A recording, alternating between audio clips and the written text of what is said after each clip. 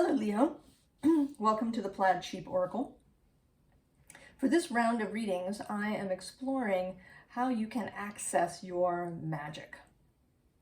Both what we think of when we say magic, psychic skills, manifestation, divination, but also the magic that is you, your particular self. And as a jumping off point, I am using a card from my Faeries Oracle, illustrated by Brian Froud. And if you don't know his work, I would encourage you to go and check it out. His illustrations are beautiful. The card that came out for you is this Singer of Transfiguration. And I think it's right, it's very appropriate. It's very sort of Leo, this red fire leaping out. And I am going to read a little bit from the guidebook, but not until we get to the end. So this first row is sort of, I feel, right out of the gate, Spirit's message to you. We start with this messenger of air, the Page of Swords in this Witch's Wisdom deck. And I really like this page. Sometimes the pages can, appear a little worried, a little anxious, this Page of Swords, but this messenger of air is, right, this sort of little boy with the goose is very endearing to me, right? They have kind of a bond with each other as they travel around delivering their messages. And this first message, the Craftsman of Fire, this always makes me, or almost always when this card comes up, I think of it as the craftsman being the all that is, the source of all things, creating for the joy of it, creating in its forge, creating the universe. Doing the work, but not feeling like it's work. And then there's this Six of Air, which is particularly lovely always to me, right? This Six of Swords, this swan family traveling together.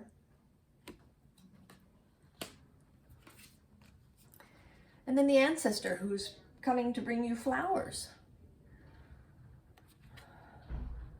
Right? She's smiling, she's happy. There's this beautiful vista behind her. The flowers are in bloom and she's brought some just for you.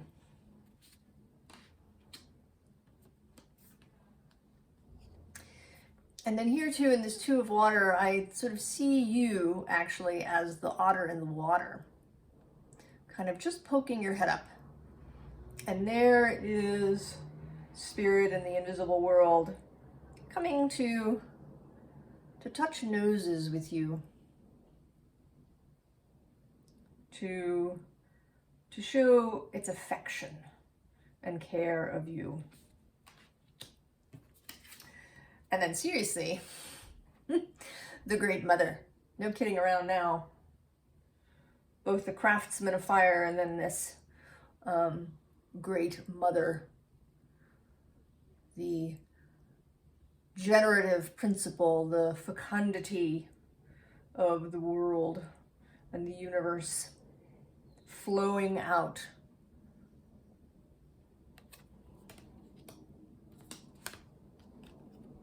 And then this Three of Water, which I think is just a little message that it's not only about a spirit, that, there's other, right, that we have other human and physical world supports. Nature herself, other animal friends, human friends, family, right? The emotional support and security of this Three of Water.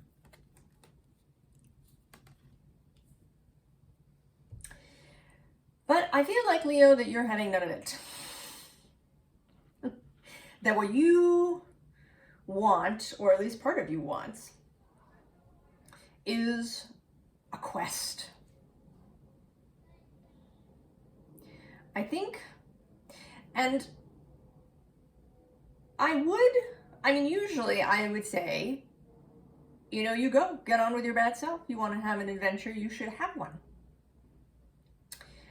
But there's something about this that feels forced or obligatory. Like you feel that this is something that you have to do, right? That you are on this quest for transformation, for transfiguration. If you do watch tarot readings and listen to, astrological forecasts and things online, you've probably heard various people talking about transformation and, that things are changing and you may feel, right, that this is a good thing, but that you have to do something about that. That that it's almost like an exchange that has to happen. That you have to win this result in some way. And I say that because the next underlying is this Fool card. And it sort of appears, right, like he's headed for the sun, but in fact, the Sun card appears beneath him in this underlying. So I feel as if he's headed toward, it's like he's headed towards a picture of the sun, where the real sun is actually right behind him. And so then there's this quest. So first there's this Five of Swords, right? So you've entered the castle and you're breaching its defenses. And this may involve a lot of thinking, right? Lots of cogitating and getting up into your head, since this is the Five of Swords. Lots of thinking about how you should proceed. Right, and then you meet the Magician. And here, right, he's going to have some sort of puzzle for you that you have to solve in order to, get past him.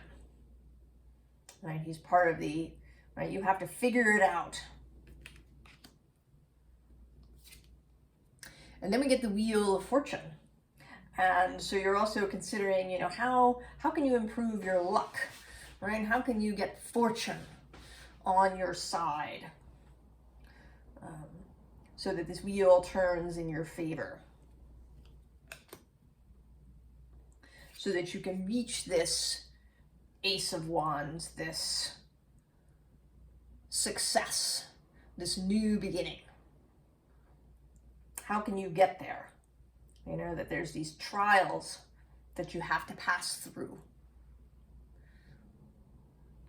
in order to get there, right? You have to beat the soldiers or the monsters guarding the gate, and then you have to solve the Magician's puzzle, and then you have to spin the Wheel of Fortune and have it come up in your favor, right? If you ever played role-playing games, right, you roll the dice to find out how how whatever you did turns out. If you are, right, sort of a child of the 70s and early 80s, right, maybe you played a lot of D&D as a kid, perhaps. Those of us that kind of were living in this rational world, but seeking the invisible, the mysterious, we were drawn to things like D&D and Dark Tower. And, it was fun, right? To do the quest and figure it out and roll the dice. But as I said, I feel as if this is not just in the realm of fun for you, Leo. You may be telling yourself that, But underlying this, there is a real stress or an anxiety about this. That if you don't do it right, if you don't solve the magician's puzzle, if you don't get fortune on your side, that you will fail. And that you know, either you have to do it all over again, right? Put in another quarter, start again. Or perhaps even that if you fail this time, it will never happen. That this quest is sort of a deeply fraught thing, Leo, an efforting thing. And it is something else that our society sort of worships effort in many ways, right? If you have grit, if you persevere, if you get through things, if you solve the puzzle, if you go from rags to riches by the sweat of your own brow, that, right, this is virtuous. This is when they build statues to you. And so you may want some of that too, Leo. But the next card is you, Leo, the King of Wands, appearing here in your own reading and telling you something. Okay, so he is pointing at the top row of cards. At the whole, all the gifts and beauty of the universe. Look. And don't look at the finger, yeah? I'm a Bruce Lee fan, and I love the movie Enter the Dragon. And in the beginning, right, Bruce's character tells a student, don't look at the finger that's pointing at the moon. Look up, right? If you look at the finger, you'll miss all of the heavenly glory. So you are telling yourself, Leo, to look up at what is there, what exists, what the universe and spirit is trying to show you and give you. And here again, there's these two lovers and this key, right, that's hovering right over their heads that will unlock that heart. That will unlock the heart to this Ace of Cups. I did this Aquarius reading that seemed sort of collective too, about our quest for this grail, the internal grail.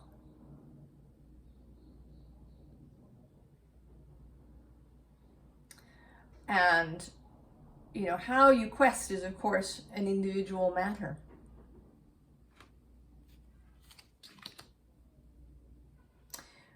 But I would say that the primary thing is to quest with a light heart. You are representative of the heart energy, Leo. Ruled by the sun.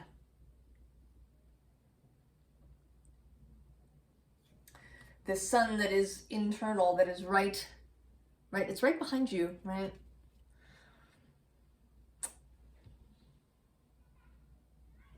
It's right there behind you. Internal.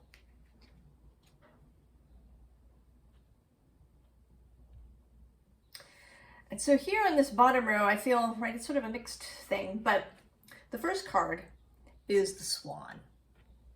And it says, transformation, trusting the psychic gifts.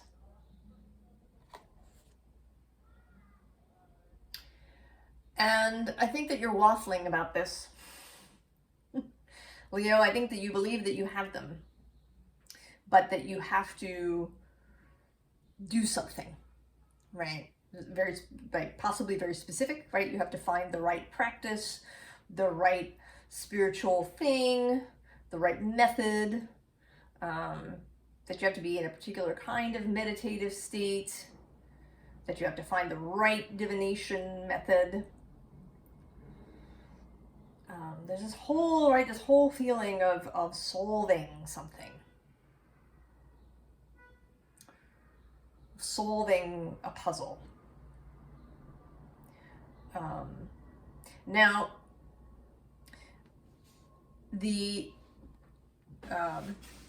I mean these readings to be timeless, but when I'm doing this at this moment, the nodes of the moon are, the north node is in Taurus and the south node is in Scorpio. And Scorpio, bless its heart, can get lost in the deeps. Yeah. Get lost in detective work, in finding the answer, in figuring it out. And these nodes, right, are square to you, Leo.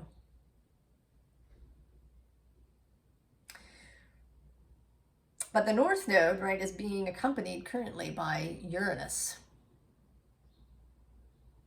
And so there is a call to change.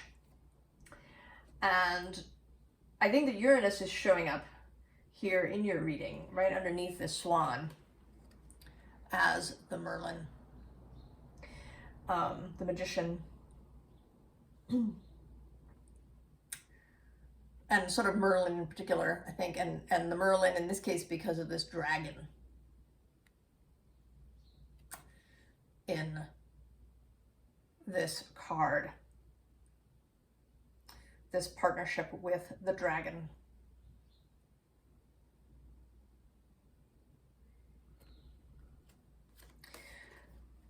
So you have this temptation, I think, to want, right, that there's this need to figure the thing out. And the North Node in Taurus and Uranus and Merlin are all telling you that it's already here. Now you're kind of not having any of that. There's some aspect of you, Leo, that is, right, that feels like maybe this is a tease, or that it's some,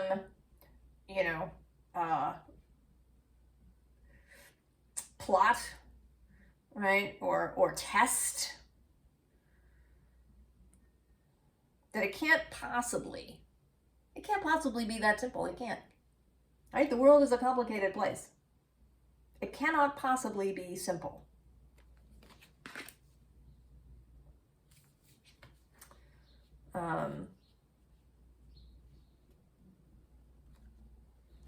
Right? You have to be in control of the process every step of the way.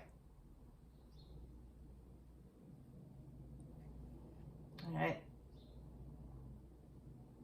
That you need to gain mastery.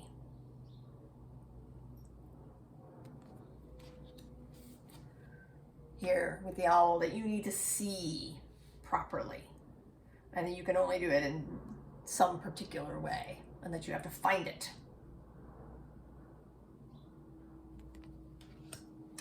But this ends with this water fairy, and I think that again this is spirit, and she's kind of looking at you like, really, Leo, really? Just stop.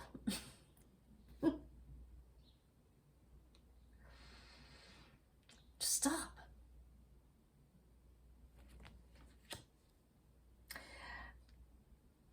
And here, right, in this, with this Lenormand,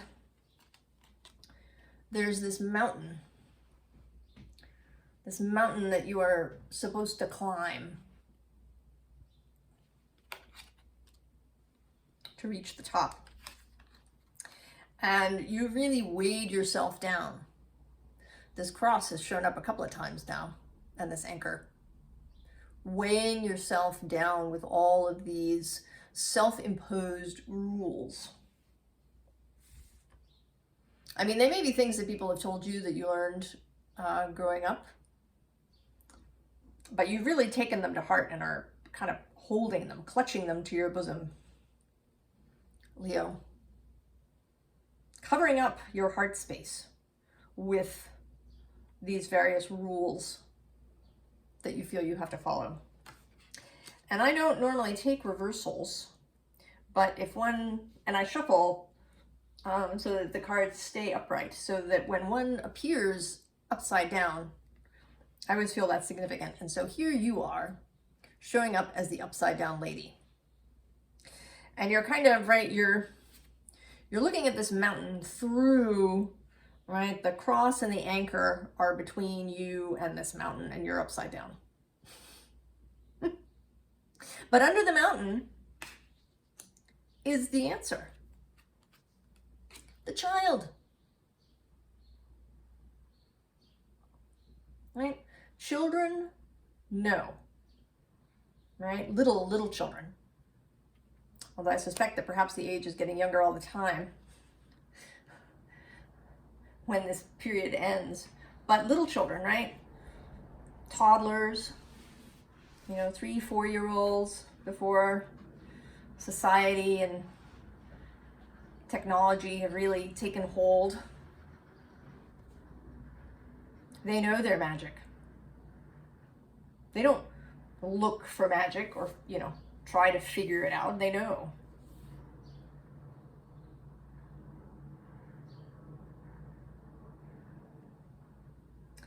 They know it's there. So now I'm going to read to you, Leo, from the Fairy Oracle guidebook.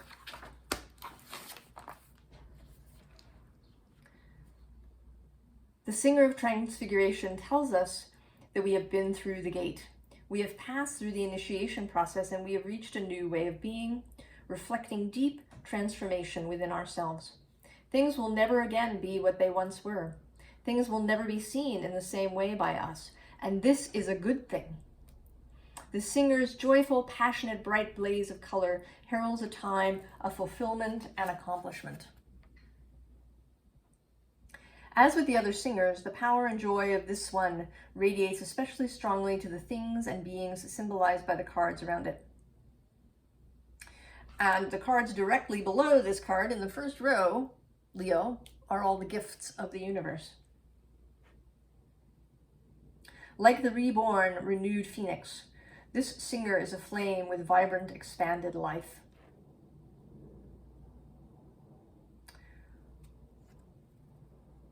So you're there, Leo. You're there. You can access your magic at any time. You just have to be willing to see it. You have to be willing that that sun is there. Your sun, you.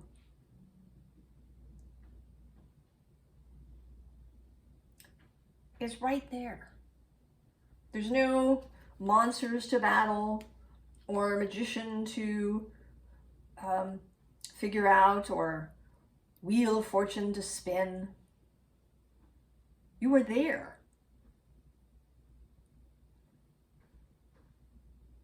You just have to allow it for yourself. And I totally feel you, Leo. I really do.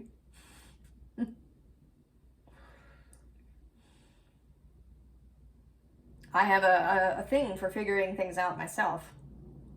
And when it's fun, right? When it's a puzzle, when it's joyful, when it is really a game,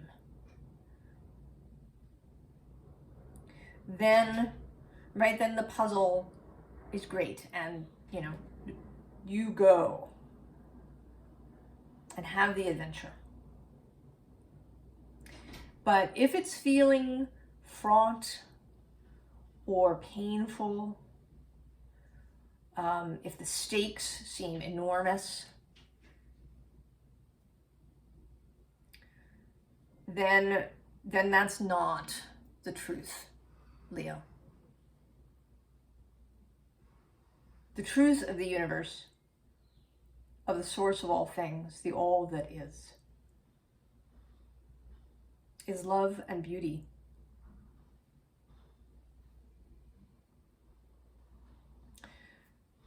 Your soul does not want your human self to suffer.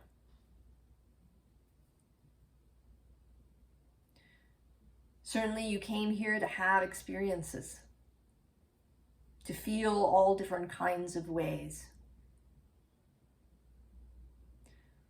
But here and now, if you have come to this reading, then you are being called to see that your magic is there. You are magical. You are the sun inside yourself. That you don't have to pay for that in some way. There's no exchange that has to be made for you to find joy and well-being in your life. You can find yourself right at the top of that mountain.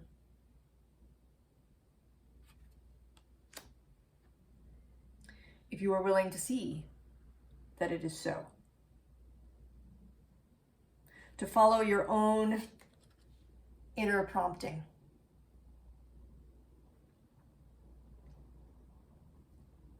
To see the gift, the beauty, the love that is there.